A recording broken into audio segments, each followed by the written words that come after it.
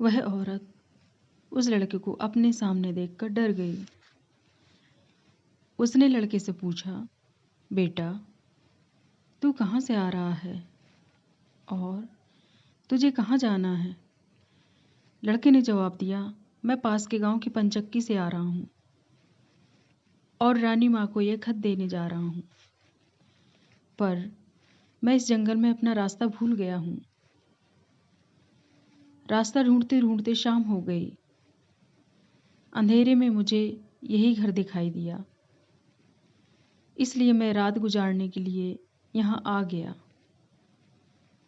उस बूढ़ी औरत को उस लड़के पर बहुत दया आई, क्योंकि वह डाकुओं के ठहरने की जगह थी और वह बूढ़ी औरत उन डाकुओं की नौकरानी थी। उसे डर था कि अगर डाकुओं ने उसे देख लिया तो उसे मार डालेंगे। लड़के को यह जानकर पहले तो कुछ डर लगा कि वह डाकुओं के घर में घुस गया है, पर अंधेरे में कहीं और जाना भी आसान काम नहीं था और दिन भर चलते रहने के कारण वह बहुत थक चुका था, सो उसे बहुत जोरों की नींद आ रही थी। वह उस बुढ़िया के कहने पर घर के एक कोने में चुपचाप जमीन पर सो गया। आधी रात के बाद जब डाकू उस घर में आए तो किसी और को अपने घर में सोता देखकर अपनी नौकरानी पर बहुत गुस्सा करने लगे। बूढ़ी नौकरानी ने उन्हें सारी बात बता दी और वह चिट्ठी भी डाकुओं के सरदार के हाथ में रख दी, जो उस लड़के ने उसे दिखाई थी। राजा की मुहर देखकर उन डाकुओं को उस चिट्ठी पर शक हुआ। सरदार ने बड़ी सावधानी से उस चिट्ठी को खोलकर पढ़ा तो सोते हुए उस लड़के पर उसे बहुत तरस आया। उसने उस चिट्ठी को फाड़ दिया और एक दूसरी चिट्ठी उसमें रख दी। उस चिट्ठी में लिखा था, जैसे ही यह लड़का राजमहल में पहुंचे तुम इस लड़के से अपनी राजकुमारी का विवाह कर देना। यह काम मेरे वापस आने से पहले पूरा हो जाना चाहिए। यह खत उन्होंने उस लड़के के सामने रख दिया और सुबह होने से पहले ही डाकू वहां से चले गए। सुबह जब वह लड़का सोकर उठा तो उस बूढ़ी ने उसे कुछ जलपान कराया। फिर वह लड़का राजमहल की ओर चल पड़ा। राजमहल पहुंचकर उसने वह खत रानी माँ तक पहुंचा दिया। रानी ने जब खत पढ़ा तो उसे बड़ा आश्चर्य हुआ कि राजा ने यह कैसी आज्ञा दी है। एक अनजान लड़के से वह अपनी राजकुमारी के विवाह कर दे।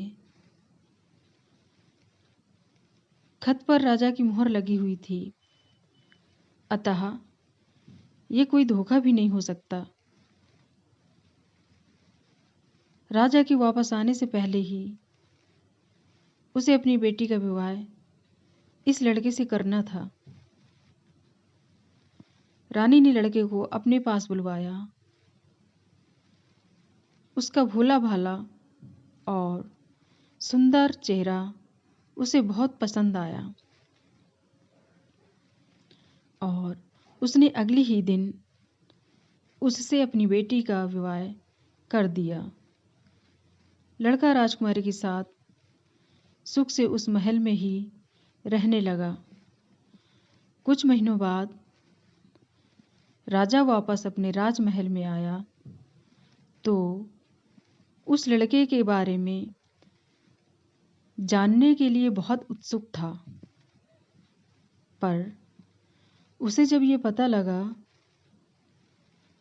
कि रानी ने राजकुमारी के विवाह उसी लड़के से करवा दिया है तो उसे बहुत गुस्सा आया। जिस बात को वह नहीं होने देना चाहता था, उसकी पत्नी ने वैसा ही कर दिया। उसने अपनी पत्नी से वह खत मांगा। राजा ने उसमें उस लड़के से राजकुमारी के विवाह की बात लिखी देखकर हतप्रभ रह गया। उसे लड़के पर शक हुआ कि वह पढ़ा लिखा है, जरूर रास्ते में खत बदल दिया होगा। उसने लड़के को अपने पास बुलवाया और उसे सच्चाई बताने की आज्ञा दी। लड़का बोला, हे राजन, मुझे कुछ नहीं पता कि इस खत में आपने क्या लिखा था, क्योंकि मैं तो इसे ऐसा ही लेकर आ गया। हाँ, जंगल में मैंने एक पुराने घर में रात जरूर गुजारी थी, क्योंकि मैं राजमहल का रास्ता नहीं ढूंढ पाया था और जंगल में भटक गया था। राजा को उस लड़के की बात पर विश्वास नहीं हुआ। वैसे भी राजा को उस लड़के से बहुत नफरत थी। वह नहीं चाहता था कि उसकी बेटी से शादी करने के बाद वह इस राज्य का राजा बने। वह लड़के से बोला, मेरी गैर हाजिरी में रानी ने मेरी बेटी की शादी तुझ कंगाल से कर दी है, पर मैं इस शादी को तब तक अपनी सहमति नहीं दूंगा जब तक तू मुझे शैतान के 3 सोने के बाल नहीं ला कर देगा।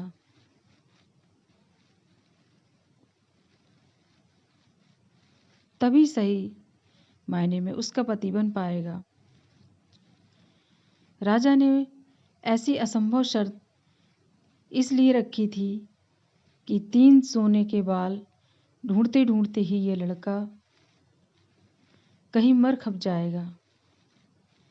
इस प्रकार उसे इस लड़के से अपने आप छुटकारा मिल जाएगा। अब लड़के के आगे राजा की आज्ञा का पालन करने के अलावा कोई और रास्ता नहीं था, क्योंकि अगर वह राजा की आज्ञा का उल्लंघन करेगा तो भी राजा उसे मरवा देगा। इससे अच्छा है कि बाहर जाकर ढूंढने पर शायद वह 3 सोने के बाल लाने में सफल हो जाए। वह अगले दिन मुंह अंधेरे ही शैतान के सोने के बाल ढूंढने निकल पड़ा। चलते चलते वह एक बड़े शहर में पहुंचा। शहर की सीमा पर एक बड़ा सा गेट था, जिस पर हथियारबंद सिपाही पहरा दे रहा था। सिपाही ने उस लड़के से पूछा। दोस्तों, कहानी में सिपाही ने लड़के से क्या पूछा, जानने के लिए कमेंट्स करो। यदि चैनल पर नए हो तो चैनल को सब्सक्राइब, लाइक और शेयर करो। धन्यवाद।